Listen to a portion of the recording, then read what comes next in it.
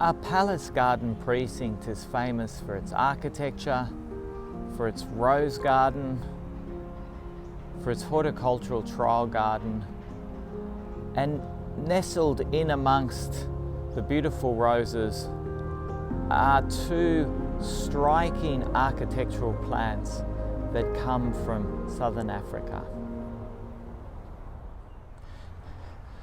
Looming above me like some kind of multi-headed monster is this wonderful plant from southern Africa. It's called Aloidendron barberae, and it's one of 6 species that are commonly known as tree aloes. So we're pretty familiar with the smaller aloes, I guess the most famous being aloe vera, and there's many of those aloes flowering all around the gardens at the moment, particularly in our succulent garden. But this one is the largest species of tree aloe in the world. In the wild, they can grow up to 18 meters. They come from southern Africa. They grow about as far north as Mozambique. They often grow in valleys and can reach impressive heights. They do something called dichotomous branching. So at the end of each branch or shoot, there's an apical meristem that splits in 2. So they keep incrementally increasing, creating this kind of domed habit on an enormous swollen trunk. Now they are coming into flower at the moment, a little bit hard to see from here, but they're very typical aloe flowers.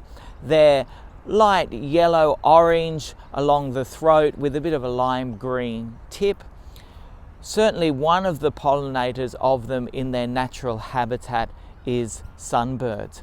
They're named for a woman naturalist who was active in southern Africa in the mid to late part of the 19th century. Her name was Mary Elizabeth Barber, and she was the first person to send a specimen back to Kew Gardens in London where they were originally named. And she was one of a large number of women in the colonies, South Africa, here in Australia, in Canada, in North America, women really interested in natural history, collecting specimens of plants, but in the case of Mary Elizabeth Barber, also particularly insects, and sending them back to botanic gardens like Kew Gardens, back to the Royal Society in England, and corresponding with the great scientists of the day.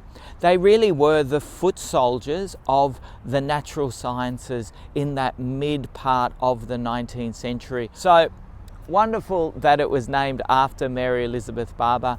You'll find it here up in the Palace Garden, but you'll also see some wonderful examples in our southern African gardens. So Aloidendron barberae.